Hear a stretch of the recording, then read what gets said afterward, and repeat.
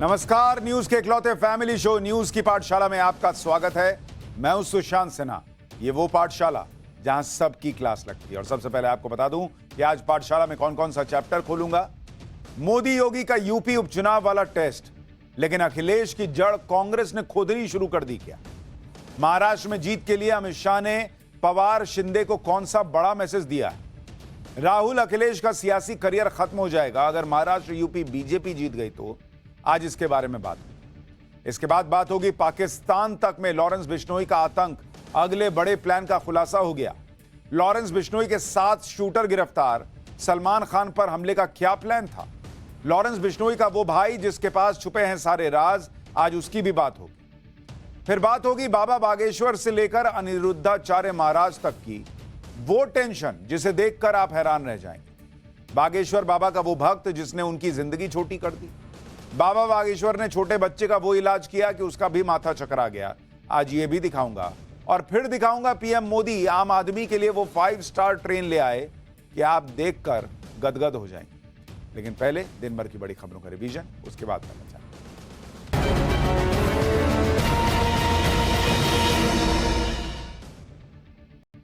Germany के chancellor Olaf Scholz ने आज पीएम मोदी से मुलाकात की। इस दौरान पीएम मोदी ने कहा कि यह आपकी तीसरी भारत यात्रा है और यह मेरे तीसरे कार्यकाल की पहली आईजीसी बैठक। 2 सालों में अलग अलग क्षेत्रों में हमारी रणनीतिक साझेदारी में उत्साहजनक प्रगति हुई है। पीएम मोदी ने कहा कि defence, technology, energy, green and sustainable development में बढ़ता सहयोग भारत जर्मनी के आपसी विश्वास का प्रतीक बना है। दिल्ली के पूर्व सीएम अरविंद केजरीवाल पर पदयात्रा के दौरान हमले की खबर है। केजरीवाल विकासपुरी में पदयात्रा निकाल रहे थे, तभी उन पर हमला हुआ। आम आदमी पार्टी ने हमले के लिए बीजेपी पर आरोप लगाया है। दिल्ली की सीएम आतिशी ने कहा कि बीजेपी केजरीवाल को मारना चाहती है। आतिशी का कहना है कि अगर केजरीवाल का बाल भी बांका हुआ तो दिल्ली की जनता बीजेपी को माफ नहीं करेगी। हरियाणा में नए विधानसभा स्पीकर का चयन हो गया। हरविंदर कल्याण को सर्वसम्मति से विधानसभा का स्पीकर चुन लिया गया। सीएम नायब सिंह सैनी ने हरविंदर कल्याण के नाम का प्रस्ताव रखा, जिसे स्वीकार कर लिया गया। आज विधानसभा में नए विधायकों को शपथ दिलाई गई। प्रोटेम स्पीकर और कांग्रेस के वरिष्ठ नेता रघुवीर सिंह कादियान ने नवनिर्वाचित विधायकों को शपथ दिलाई। पूर्वी लद्दाख में एलएसी पर डिसएंगेजमेंट की प्रक्रिया शुरू हो गई। सूत्र बता रहे हैं कि भारत और चीन के सैनिक अपनी अपनी जगह से पीछे हटने लगे हैं और समझौते के तहत 2020 से पहले की स्थिति बहाल होनी है। डेमचौक और डेपसांग पॉइंट पर सैनिक पीछे हट रहे हैं। डेमचौक में दोनों सेनाओं ने 5-5 टेंट हटा लिए हैं। दोनों साइट पर 10 से 12 टेम्पररी स्ट्रक्चर्स हैं, उन्हें भी धीरे धीरे हटाया जाए। चक्रवाती तूफान दाना ओडिशा और बंगाल में तबाही के निशान छोड़ गया है। पश्चिम बंगाल के पूर्वी मिदनापुर जिले में जगह जगह पेड़ उखड़ गए, बिजली के खंभे गिर गए। ओडिशा के तटीय इलाकों में भी तूफान का कहर दिखा। 100 किलोमीटर प्रति घंटे की रफ्तार से हवाएं चली, तेज बारिश हुई। यहां भी जगह जगह सड़कों पर पेड़ गिरे दिखे। मौसम विभाग ने बताया कि तूफान धीरे धीरे कमजोर पड़ गया है। उत्तर प्रदेश के अमरोहा में स्कूल वैन पर फायरिंग से हड़कंप मच गया। बताया जा रहा है कि बदमाशों ने 1 किलोमीटर तक बस का पीछा किया। ड्राइवर ने समझदारी दिखाते हुए बस को रिवर्स गियर में दौड़ाया, जिससे सभी की जान बच सकी। बस में 28 बच्चे सवार थे। जानकारी के मुताबिक कुछ दिन पहले ही स्कूल बस के ड्राइवर की कुछ लोगों से झड़प हुई थी। उसी का बदला लेने के लिए बदमाशों ने स्कूल बस पर फायरिंग की हो, ऐसा हो सकता है। नोएडा की एक सोसाइटी में कुत्तों को पार्क में घुमाने के मुद्दे पर जमकर हंगामा हुआ। घटना नोएडा के सेक्टर 78 में हाइड पार्क की है। 2 लड़कियां पालतू कुत्ते को लेकर घुमाने बाहर लेकर आई। पार्क में बैठे 2 बुजुर्गों ने इस पर आपत्ति जताई तो लड़कियों ने बुजुर्गों पर हमला कर दिया। लड़कियों ने यह भी परवाह नहीं की कि वो दोनों बुजुर्ग हैं। इसका वीडियो तेजी से वायरल हो रहा है और लोग इन लड़कियों के मैनर्स पर सवाल उठा रहे हैं।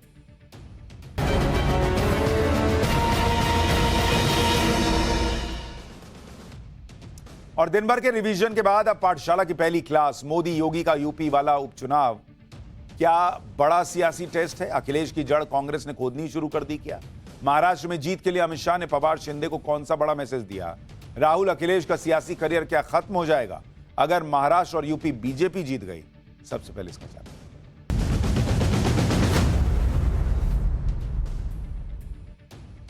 हरियाणा में तो नरेंद्र मोदी ने सबको चौंका दिया था और पूरा गेम ही पलट दिया।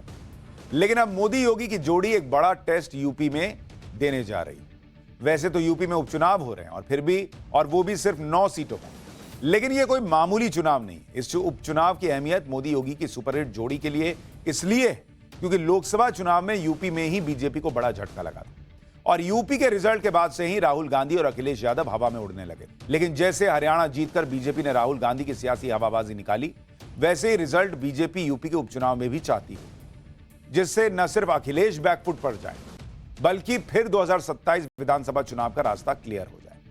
क्योंकि अभी तो अखिलेश यादव के लोग उन्हें 27 का सत्ताधीश बताने लगे हैं, लेकिन 27 का सत्ताधीश कौन बनेगा, उस लड़ाई से पहले जो उपचुनाव की लड़ाई है उसमें एक दूसरे से मुकाबला करना। और इस मुकाबले के लिए बीजेपी ने पूरा जोर लगाया हुआ है कि अखिलेश को कहीं से कोई मौका ना मिले। उधर अखिलेश भी अपना गेम खेल रहे हैं, वो कांग्रेस को बिना कोई सीट दिए सारी सीटों पर खुद लड़ रहे हैं। लेकिन अखिलेश यादव ने जो सियासी स्मार्टनेस दिखाई वो उन्हीं पर कहीं भारी ना पड़ जाए, क्योंकि कांग्रेस को अखिलेश ने साइड तो लगा दिया, लेकिन कांग्रेस भी मजबूरी में अखिलेश के खिलाफ कुछ बोल नहीं पा रही। हालांकि अंदर ही अंदर कांग्रेस अखिलेश की जड़ें खोदने में भी जुट गई है। ऐसी खबरें, यह कैसे हो रहा है? क्या कांग्रेस ही अखिलेश को हरवाएगी यूपी उपचुनाव में? यह आज आपको आगे बताऊंगा, लेकिन पहले यह देख लीजिए कि यूपी उपचुनाव में इस वक्त क्या माहौल बन गया है। क्योंकि उपचुनाव में सीधी सीधी लड़ाई बीजेपी और समाजवादी पार्टी के बीच की हो चुकी है। यूपी उपचुनाव में अखिलेश यादव ने राहुल गांधी को एकदम किनारे लगा दिया। वो खुद को इंडी गठबंधन का नया हीरो प्रोजेक्ट कर रहे हैं। अखिलेश यादव ने अपना ही माहौल बनाना शुरू कर दिया। अभी वो उपचुनाव लड़ रहे हैं, लेकिन अभी से उन्होंने 2027 का माहौल बना दिया। 2 दिन से अखिलेश यादव के ये पोस्टर वायरल हो रहे हैं, जिसमें लिखा है 27 के सत्ताधीश। इस पोस्टर में इंडी गठबंधन गायब है, राहुल गांधी गायब है।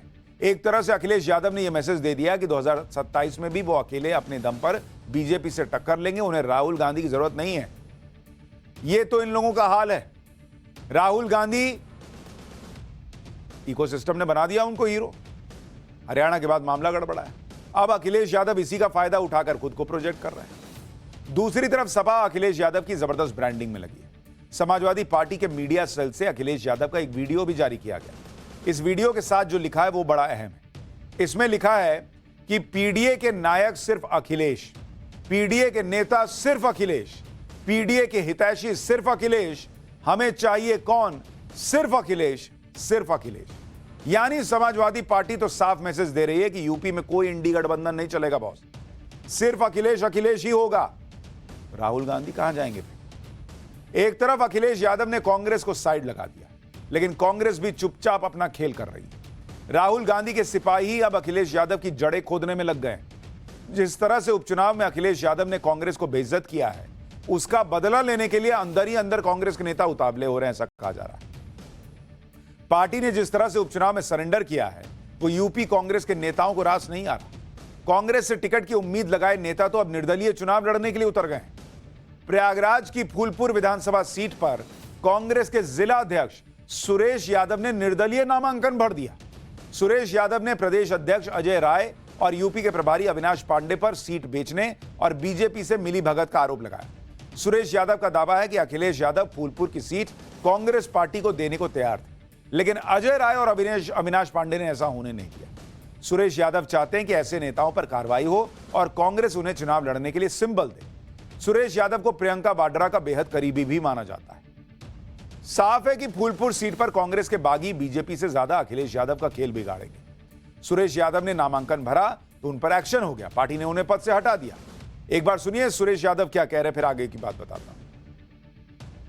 समाजवादी पार्टी के कार्यकर्ता हो, कांग्रेस पार्टी कार्यकर्ता हो, सारे लोगों ने मन बना के बात कर रहा था। सभी लोगों ने फूलपुर की एक कार्यकर्ता एक जनमानस कर रहा था, वहाँ पे सुरेश यादव टिकट मिल रहा है, सुरेश यादव चुनाव लड़ेंगे।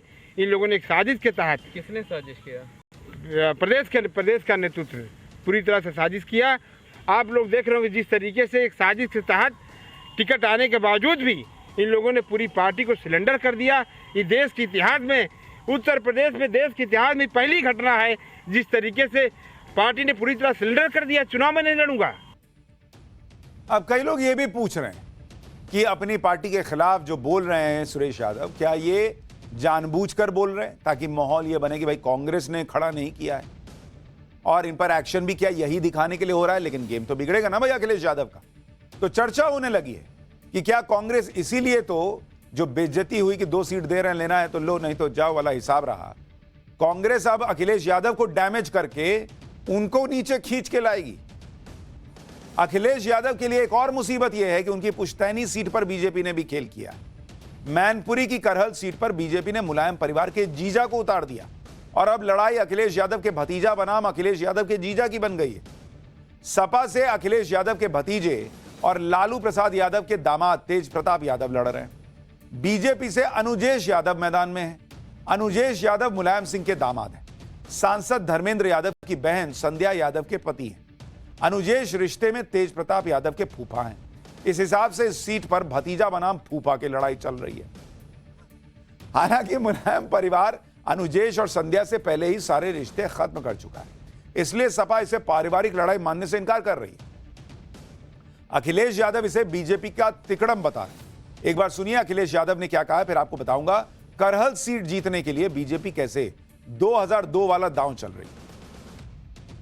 जब बीजेपी को लगा कि वो हार जाएंगे तो कोई ना कोई तिकड़म करो, कोई ना कोई तिकड़म करो, कोई ना कोई ऐसा संदेश दो जिसका समाजवादी पार्टी के लोग जवाब ही देते रहे।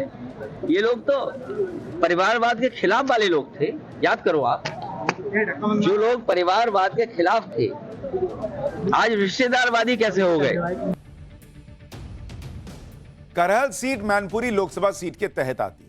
यह सीट सपा का गढ़ मानी जाती है और 2022 में अखिलेश यादव यहां से जीते। साल 1993 से सपा यहां से जीतती आ रही, इसलिए यह सीट बीजेपी के लिए कठिन सीट मानी जा रही है। बीजेपी को लग रहा है कि जैसे 2002 में उसने सपा के इस गढ़ में सेंधमारी की थी, वैसे ही इस बार भी कमाल हो सकता है। दरअसल साल 2002 में विधानसभा चुनाव हुए। सपा ने इससे सीट पर अनिल यादव को लड़ाया, बीजेपी ने सोबरन सिंह यादव को टिकट दिया। करहल की चुनावी लड़ाई यादव बनाम यादव की हो गई थी। सोबरन सिंह यादव सपा छोड़कर बीजेपी में आए। वो करहल सीट पर सपा की कमजोरी और ताकत दोनों अच्छे से जानते थे। मुलायम सिंह यादव ने अनिल यादव को जिताने के लिए पूरी ताकत झोंकी, लेकिन मुकाबला काफी टाइट रहा। बीजेपी के सोबरन यादव ने सिर्फ 1925 वोटों के बहुत कम अंतर से सीट जीतकर चमत्कार जैसा कर दिया था। सपा के लिए ही नहीं बल्कि मुलायम सिंह यादव के लिए करहल सीट की हार सियासी तौर पर बड़ा झटका थी। इसलिए मुलायम सिंह यादव ने सोबरन यादव को सपा में शामिल कराने का दांव चला और 2004 में इसमें सफल हुए। सोबरन यादव इस सीट पर 2017 तक लगातार विधानसभा का चुनाव जीतते रहे और 2022 में उन्होंने अखिलेश यादव के लिए करहल की सीट छोड़ दी। उधर यूपी उपचुनाव को लेकर बीजेपी और अखिलेश यादव के बीच जुबानी जंग भी तेज हो गई है। सुनिए कैसे केशव प्रसाद मौर्य और अखिलेश आपस में भिड़ गए, फिर आपको बताऊंगा अखिलेश यादव की नई टेंशन क्या है। भारतीय जनता पार्टी गठबंधन जीतने जा रहा है। समाजवादी पार्टी की साइकिल को जनता ने पंचर करके सैफई भेजने का मन बना लिया है। गुंडागर्दी, जातिवाद, तुष्टीकरण, यह तीनों के लिए उत्तर प्रदेश में कोई स्थान नहीं है और श्री अखिलेश यादव की समाजवादी पार्टी का जो पीडीए है वह फर्जी है, पिछड़ों, दलितों, वंचितों के साथ एक धोखा है और उस धोखे का जवाब जनता देने के लिए तैयार बैठी है। कांग्रेस अंतर्राष्ट्रीय पार्टी बनती थी, सबसे पुरानी पार्टी बनती थी, गठबंधन टाए फिस हो गया। समाजवादी और कांग्रेस की जो रणनीति है उसी से पस्त हो गए। अगर रणनीति हमारी है तो उनके भी नेताओं के जो गठबंधन है उनके नेताओं को टिकट क्यों नहीं मिली? कौन कौन मनाने गया, कौन कौन उन्हें स्वार्थ और लालच दे रहा है? समाजवादी पार्टी और कांग्रेस, हम विपक्ष में हैं, हम किसी को लाभ नहीं दे सकते, हम अपनी बात कर सकते हैं, लड़ सकते हैं। ये हमारी स्ट्रेटेजी का हिस्सा है कि हमारे रणनीति है कि हम लोग मिल करके इस तरह लड़ रहे हैं, न केवल अभी लड़ रहे हैं, इंडिया गठबंधन मजबूत करेंगे और 27 में भी इनको हराने का काम करेंगे। कांग्रेस को सीट दिए नहीं, कह रहे हैं हम मिल के लड़ रहे हैं। अखिलेश यादव अभी लोकसभा चुनाव की खुमारी में, उन्हें लग रहा है कि वो अकेले ही बीजेपी को पटकनी दे देंगे, लेकिन अखिलेश यादव का ये एकला चलो वाला नैरेटिव अखिलेश यादव पर भारी भी पड़ सकता है, क्योंकि अगर अखिलेश यादव हार गए तो उपचुनाव में हार की पूरी जिम्मेदारी उन पर ही आएगी। अगर वो कांग्रेस के साथ लड़ते तो ये इंडी गठबंधन की हार ज्यादा कहलाती। अखिलेश यादव हारे तो राहुल गांधी की तरह उनका कॉन्फिडेंस भी हिल जाएगा। इंडी गठबंधन में उन्हें भी वैसा ही कोसा जाएगा जैसे राहुल गांधी का हाल हो रखा है। 2027 के लिए भी अखिलेश यादव की दावेदारी कुछ कमजोर पड़ जाएगी। अखिलेश यादव अभी तो इंडी गठबंधन के सबसे बड़े हीरो हैं।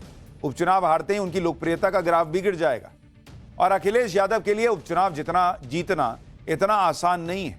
क्योंकि सामने सीएम योगी है। सीएम योगी उपचुनाव के लिए कोई कसर नहीं छोड़ रहे, एक एक सीट पर खुद नजर बना के रख रहे हैं। यूपी में योगी आदित्यनाथ डटे हुए हैं तो महाराष्ट्र में अमित शाह ने मोर्चा संभाला हुआ है और उनके मोर्चा संभालने का असर यह हुआ है कि एनडीए में सीट शेयरिंग की डील डन हो गई।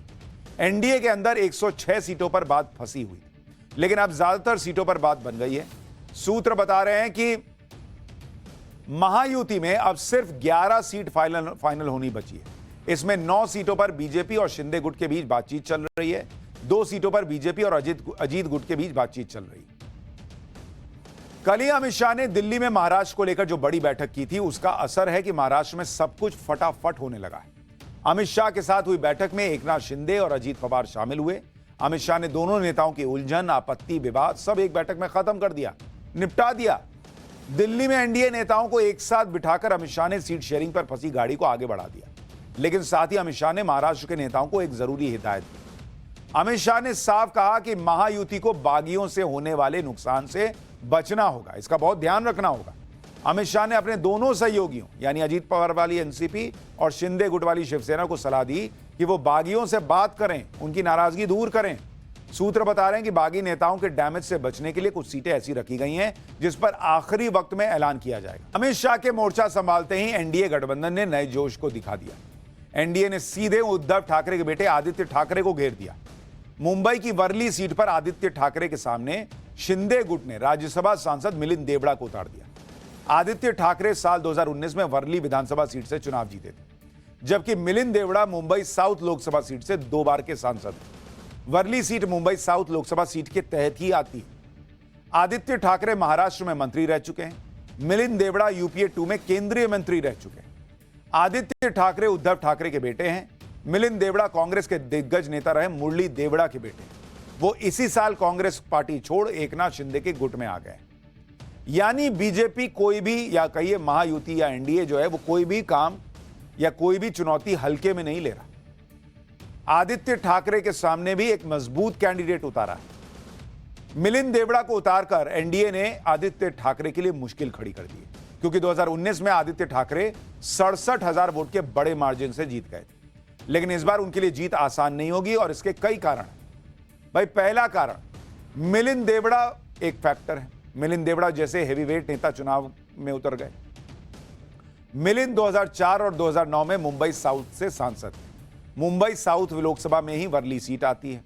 मिलिंद देवड़ा 2014 और 2019 मुंबई साउथ से हार गए थे, लेकिन 2014 के लोकसभा चुनाव में वर्ली विधानसभा के अंदर उन्हें 35,000 वोट मिले थे और 2019 लोकसभा चुनाव में उन्हें वर्ली के विधानसभा के अंदर 41,000 वोट मिले।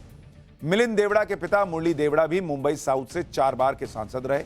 यह उनके परिवार की पुश्तैनी सीट है। दूसरा कारण शिवसेना फैक्टर है। वर्ली शिवसेना की पारंपरिक सीट रही है। 1990 से लेकर अब तक हुए 7 विधानसभा चुनाव में 6 बार शिवसेना जीती। इस बार शिवसेना 2 भागों में बटी हुई है, इसलिए उद्धव ठाकरे की पार्टी का पावर भी इस सीट पर कम हुआ। तीसरी बात, मिलिंद देवड़ा शिवसेना के असली सिंबल पर चुनाव लड़ रहे हैं, जिसका फायदा उन्हें मिलने की उम्मीद है।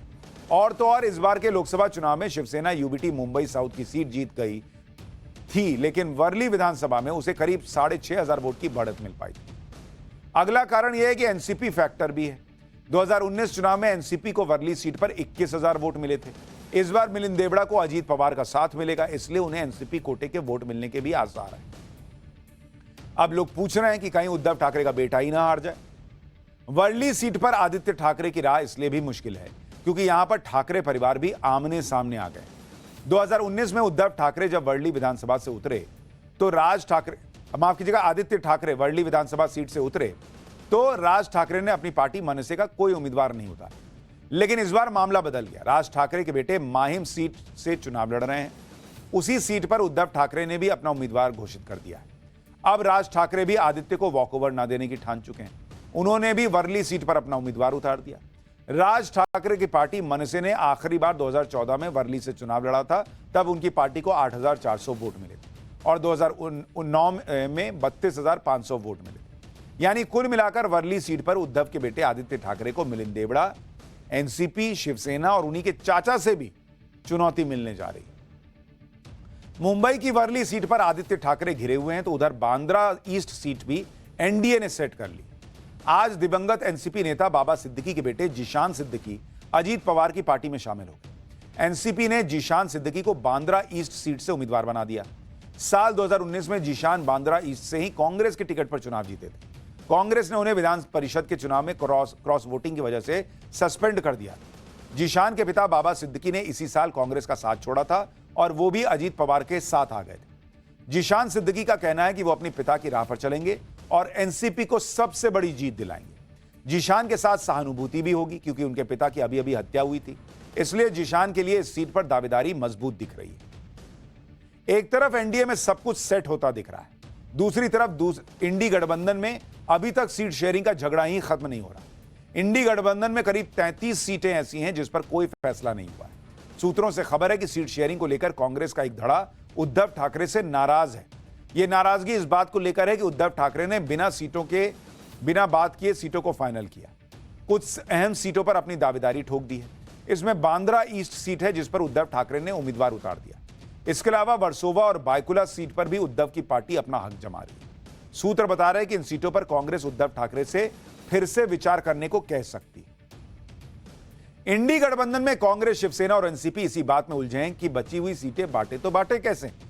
इस बीच महाराष्ट्र समाजवादी पार्टी के अध्यक्ष अबू आजमी ने उनकी टेंशन यह कहकर बढ़ा दी कि महाराष्ट्र में अगर सपा को 5 सीटें नहीं मिली तो वो 25 सीट पर उम्मीदवार उतार देंगे। एक बार सुनिए अबू आजमी क्या कह रहे हैं।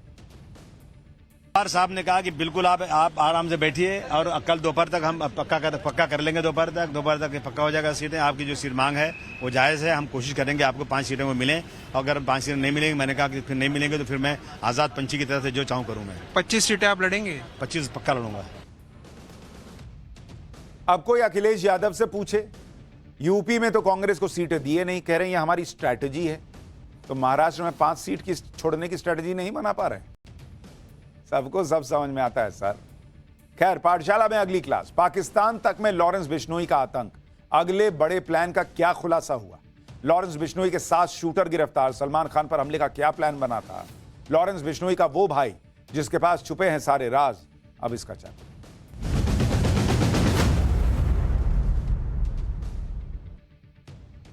लॉरेंस बिश्नोई की चर्चा भारत में ही नहीं बल्कि कनाडा से लेकर पाकिस्तान तक में हो रही। लॉरेंस बिश्नोई वैसे तो जेल में बंद है, लेकिन उसका नाम भारत में ही नहीं विदेशों तक में गूंज रहा है। वो जेल में बैठे बैठे इंटरनेशनल गैंगस्टर बन चुका है। लॉरेंस बिश्नोई से खालिस्तानियों की हालत खराब हो रही है। लॉरेंस बिश्नोई से पाकिस्तान में डर का माहौल है। लॉरेंस बिश्नोई का अगला कदम क्या होगा, वो क्या प्लानिंग कर रहा है, ये सोच सोच कर दुनिया परेशान है।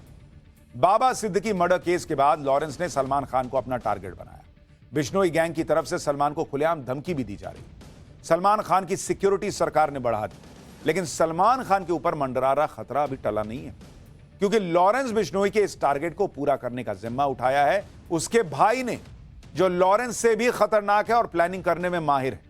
लॉरेंस के भाई का नाम है अनमोल बिश्नोई और उसके खिलाफ एक्शन भी शुरू हो गया है। साथ ही लॉरेंस गैंग के 7 शूटर्स को गिरफ्तार किया गया है, जिसके बाद लॉरेंस के अगले प्लान का खुलासा।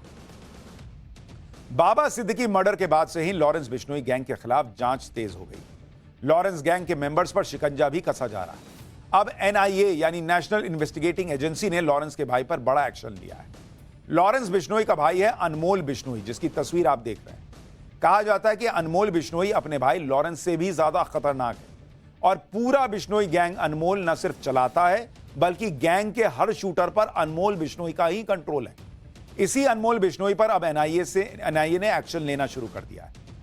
अनमोल बिश्नोई का नाम एनआईए की मोस्ट वांटेड लिस्ट में शामिल किया गया। एनआईए ने अनमोल बिश्नोई पर 10 लाख का इनाम भी घोषित किया है।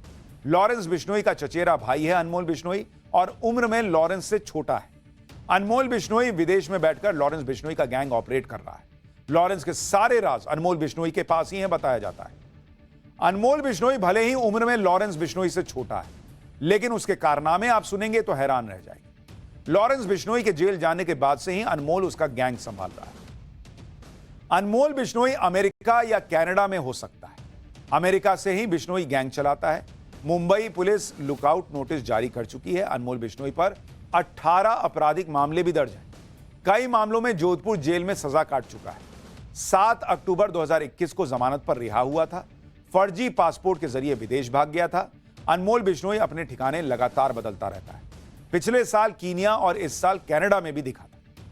अनमोल बिश्नोई का मेन काम गैंग में नए मेंबर्स की भर्ती करना है। इसके अलावा अनमोल बिश्नोई शूटर्स को हर तरह के हथियार और लॉजिस्टिक सपोर्ट भी मुहैया कराता है। यानी लॉरेंस बिश्नोई भले जेल में बंद है, लेकिन उसका बाहर जितना काम चल रहा है वो ये भाई अनमोल बिश्नोई करता है, कहा जा रहा है। आपको अनमोल बिश्नोई की क्राइम कुंडली के बारे में भी बताता हूं। आखिर क्यों ये एनआईए की मोस्ट वांटेड की लिस्ट में शामिल है, कैसे अनमोल अपने भाई लॉरेंस के क्राइम सिंडिकेट को आगे बढ़ा रहा है। आपको अनमोल बिश्नोई के टॉप 3 कारनामों के बारे में बताता हूं। अनमोल के नाम की चर्चा पंजाबी सिंगर सिद्धू मूसेवाले के मर्डर के बाद से शुरू हुई। दरअसल 29 मई 2022 को सिद्धू मूसेवाले का मर्डर हुआ था। लॉरेंस बिश्नोई ने हत्याकांड की साजिश रची थी। अनमोल गोल्डी बराड़ ने इसे अंजाम दिया था। अनमोल ने ही मूसेवाला की रेकी करवाई थी। शूटर्स को हथियार मुहैया करवाने का आरोप भी इसी पर है। 14 अप्रैल 2024 को सलमान खान के घर पर फायरिंग हुई थी। गैलेक्सी अपार्टमेंट के बाहर गोलीबारी हुई थी। फायरिंग केस में अनमोल बिश्नोई शामिल था। अनमोल पर शूटर्स को उकसाने का आरोप है। अनमोल ने सलमान के घर पर हमले की जिम्मेदारी भी ली थी। 12 अक्टूबर 2024 को बाबा सिद्दीकी की हत्या हुई। शूटर्स ने बाबा सिद्दीकी को गोली मारी। अनमोल बिश्नोई के संपर्क में शूटर्स थे। हत्या से पहले सोशल मीडिया पर बातचीत हुई। स्नैपचैट के जरिए शूटर से संपर्क में था अनमोल। मुंबई पुलिस की पूछताछ में इस बात का खुलासा हुआ है। यानी जितने भी अपराध कर रहा है बिश्नोई गैंग, उन सब में लॉरेंस बिश्नोई के साथ अनमोल बिश्नोई भी शामिल है। अब इसी अनमोल बिश्नोई के खिलाफ एनआईए ने शिकंजा कसना शुरू किया। लॉरेंस बिश्नोई गैंग में अनमोल के अलावा कई खतरनाक क्रिमिनल्स हैं जो लगातार लॉरेंस के सेट किए टारगेट को खत्म करने की कोशिश करते हैं। लॉरेंस बिश्नोई गैंग में करीब 700 शूटर्स हैं, 700, और इनके जरिए ही लॉरेंस बिश्नोई अपने दुश्मनों को या जो भी उनके टारगेट होते हैं उन्हें धमकी देता है या मर्डर करवाता है। पुलिस और जांच एजेंसियां भी लगातार लॉरेंस गैंग के खिलाफ एक्शन ले रही हैं। दिल्ली पुलिस की स्पेशल सेल ने लॉरेंस बिश्नोई गैंग के 7 शूटर गिरफ्तार किए। ये शूटर्स हरियाणा, राजस्थान, पंजाब और दिल्ली से पकड़े गए। शूटर्स के पास से 6 सेमी ऑटोमेटिक पिस्टल, 26 कारतूस मिले। चोरी की कार, बाइक और जीपीएस ट्रैकिंग डिवाइस भी मिला है। शूटर्स को आरजू बिश्नोई नाम का शख्स निर्देश दे रहा था। लॉरेंस बिश्नोई गैंग से जुड़ा हुआ है आरजू बिश्नोई। गंगानगर के एक पूर्व विधायक शूटर्स के निशाने पर थे, यह भी बताया जा रहा है। लॉरेंस बिश्नोई गैंग के गिरफ्तार 7 शूटर से पूछताछ में कई खुलासे हुए। ये उन शूटर्स की तस्वीर देखिए जिन्हें गिरफ्तार किया गया है, और सारे लगभग एक ही कपड़े में आपको दिख रहे हैं। एक भाई जो है वो अलग दूसरे कपड़े में है, बाकी सब नीले कपड़े में हैं, और ये सारे जो हैं लॉरेंस बिश्नोई गैंग के शूटर है बताया जा रहा है। अच्छा, पूछताछ में जो खुलासे हुए, साथ ही लॉरेंस बिश्नोई के अगले टारगेट के बारे में भी जानकारी मिली। लॉरेंस गैंग के शूटर्स हरियाणा, राजस्थान में वारदात करने वाले थे। राजस्थान में एक नेता के भांजे की हत्या का काम दिया गया था। इसके अलावा कई और टारगेट भी शूटर्स को दिए गए थे। आरजू बिश्नोई के जरिए शूटर्स को मैसेज भेजा जा रहा। शूटर्स को राजस्थान में लॉरेंस बिश्नोई ने जो टारगेट दिया था वो पहले एक बार फेल भी हो चुका है। 23 अक्टूबर को सुखराम नाम के शूटर की गिरफ्तारी हुई थी। उसी ने बताया था कि राजस्थान में एक नेता के भांजे के बारे में उसके पास जानकारी है कि उसकी रेकी की जा चुकी है और उसे मारना है। आप खुद सोचिए कि यह कितना हैरान करने वाला है कि लॉरेंस बिश्नोई जेल में बंद है, फिर भी उसके शूटर्स को टारगेट मिल रहा है। क्या ही नेटवर्क चला रहा है लॉरेंस बिश्नोई। अब आपको लॉरेंस गैंग के 5 टॉप टारगेट के बारे में बताता हूं, जिसे पूरा करने के लिए लॉरेंस का भाई अनमोल बिश्नोई लगातार प्लानिंग कर रहा है। पहला तो भाई सलमान खान है, सबको ही पता है, काले हिरण शिकार मामले में टारगेट पर हैं सलमान खान। 2 बार रेकी हो चुकी है, 1 बार घर पर फायरिंग हो चुकी है। दूसरा है शगुनप्रीत सिंह, जो पंजाबी सिंगर सिद्धू मूसेवाले का मैनेजर है। 2021 में विक्की मिद्दू खेड़ा का मर्डर हुआ था। लॉरेंस बिश्नोई का खास दोस्त था मिद्दू खेड़ा। शगुनप्रीत ने मिद्दू खेड़ा के शूटर्स को पनाह दी थी, इसलिए यह भी टारगेट पर है। तीसरे नंबर पर है मनदीप धालीवाल, लॉरेंस के विरोधी बम्बीहा गैंग का टॉप गैंगस्टर है। विक्की मिद्दू खेड़ा के हत्यारों की मदद की थी इसने। चौथे नंबर पर है कौशल चौधरी, जो लॉरेंस गैंग का दुश्मन है, गुरुग्राम की जेल में बंद है। विक्की मिद्दू खेड़ा के शूटर्स को इसने हथियार दिए थे। 5वां टारगेट है अमित डागर, लॉरेंस के विरोधी बम्बीहा गैंग का हेड है। विक्की की हत्या की पूरी प्लानिंग इसी ने की थी और शूटर्स और रेकी करने वालों की इसने भी मदद की। लॉरेंस बिश्नोई के निशाने पर सबसे ऊपर सलमान खान का नाम है, और इसकी वजह भी दुनिया जानती है। सलमान खान पर काले हिरण के शिकार का आरोप है। बिश्नोई समाज काले हिरण को पूजता है और बच्चों की तरह उनकी देखभाल करता है। इस मामले में सलमान खान जेल भी जा चुके हैं।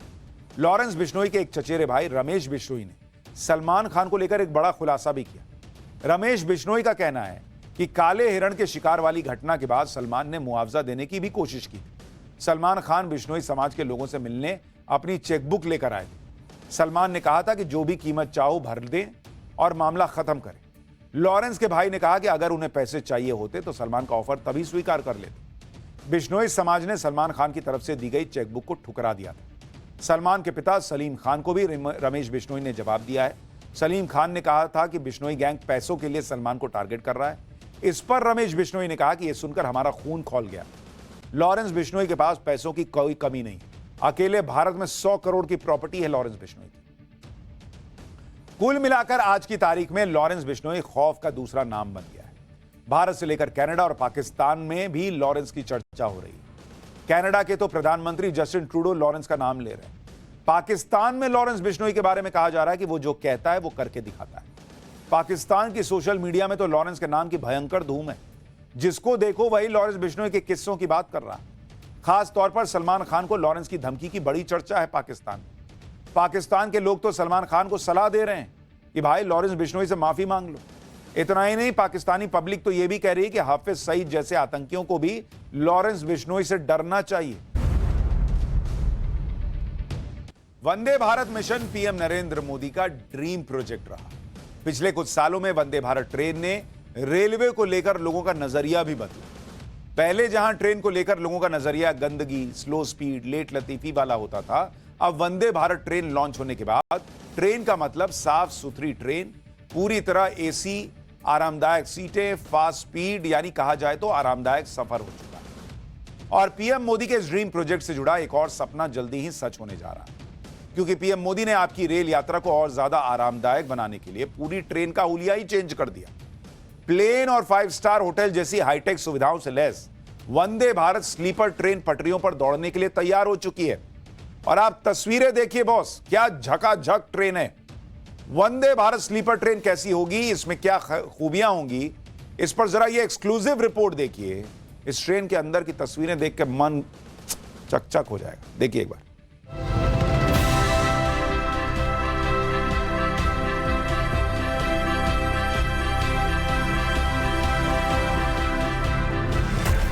ये ट्रेन है या प्लेन, देखकर दंग रह जाएंगे।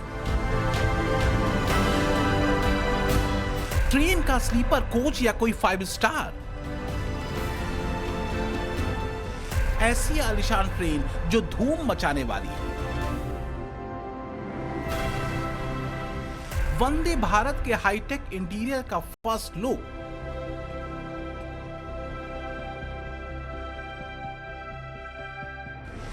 मोदी की वंदे भारत स्लीपर का पहला वीडियो।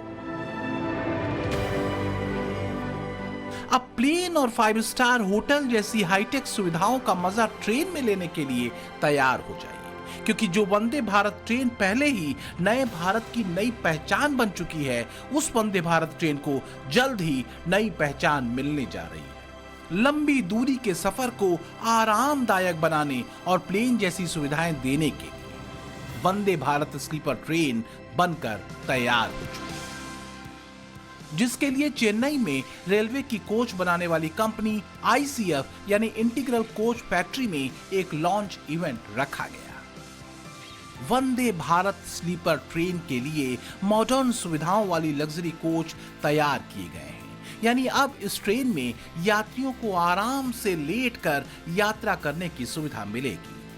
रेलवे ने वंदे भारत स्लीपर ट्रेन का जो फर्स्ट लुक लॉन्च किया है, उसमें ये स्लीपर कोच किसी 5 स्टार होटल के कमरे से कम नहीं लग रहे। वंदे भारत के ये स्लीपर कोच राजधानी और दूसरी प्रीमियम ट्रेनों से ज्यादा खास और सुविधाजनक होंगे। डिजाइन तो इसका बेस्ट है ही, कोच के दरवाजे भी सेंसर से लैस हैं, यानी दरवाजों को हाथ से टच करना भी जरूरी नहीं होगा, बस हाथ दिखाइए और कोच के अंदर एंट्री कर लीजिए।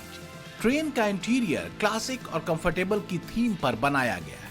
ये यात्रियों को बेहतर कंफर्ट के साथ ही एक लग्जरी फील भी देगा।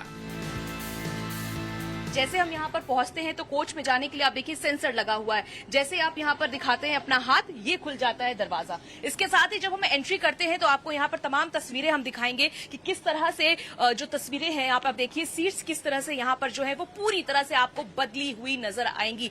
ये इस वक्त जो हम कोच की तस्वीर दिखा रहे हैं वो है 3rd AC, और आप यहाँ पर देख सकते हैं कि किस तरह से जो सीट्स के कलर है वो पूरी तरह से बदल चुके हैं। आप ये देखिए कि यहाँ पर जो सीट्स के कलर हम आपको दिखाते हैं कि ये लेमन येलो कलर का आपको मिडिल बर्थ दिखाई देगा। इसके साथ ही नीचे का जो बर्थ है वो ग्रे कलर का है, यानी लोगों को अब जो कोचेस के अंदर का कलर है वो काफी ज्यादा बदला हुआ नजर आएगा। आप ये देखिए वॉल पे पोल्का डॉट से डिजाइनिंग की गई है, और इसके साथ ही आप ये देखिए बेहद खूबसूरती के साथ इस कोच को तैयार किया गया है, वंदे भारत स्लीपर को। इसमें आप देखिए मैगजीन होल्डर है, मोबाइल होल्डर है, इसके साथ ही आप देखिए रीडिंग लाइट्स लगाए गए हैं, 3 पिन जो सॉकेट है वो आपको नजर आएगा, मोबाइल चार्जिंग के लिए, लैपटॉप चार्जिंग के लिए।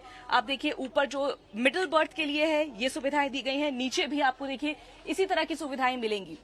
आपको हम ऊपर दिखाते हैं, आप ये देखिए ये स्विचेस हैं लाइट्स के लिए, ऊपर भी आप देखिए जो लाइट्स हैं वो हर बर्थ के लिए है। इसके साथ ही अब आपको हम दिखाते हैं कि जो यात्री इसमें सफर करेंगे उनके लिए क्या क्या बदलाव किए गए हैं। आप ये देखिए कि यहाँ पर जो ट्रे टेबल है उसमें बॉटल होल्डर इसमें इनबिल्ट कर दिया गया है। मॉडर्न सुविधाओं के साथ ही वंदे भारत स्लीपर कोच में सिक्योरिटी सिस्टम भी दूसरी ट्रेनों के मुकाबले काफी बेहतर हैं। हर बेड के पास एक इमरजेंसी स्टॉप बटन भी दिया गया है। इमरजेंसी के दौरान लोको पायलट से बात करने के लिए हर कोच में एक टॉकबैक यूनिट लगाई गई। हर कोच में सीसीटीवी कैमरे लगे हैं जिनकी मदद से लोको पायलट इंजन से ही निगरानी कर सकता है। फर्स्ट क्लास के कोच में अपर बर्थ तक आसानी से पहुंचने के लिए सीढ़ियां और फ्लाइट स्टाइल वाले अटेंडेंट बटन दिए गए हैं। ट्रेन को हादसों से बचाने के लिए कवच और एंटी क्लाइंबिंग टेक्नोलॉजी भी इसमें लगाई गई है। वंदे भारत के स्लीपर वर्जन को खास तौर पर लंबी दूरी की यात्रा के लिए तैयार किया गया।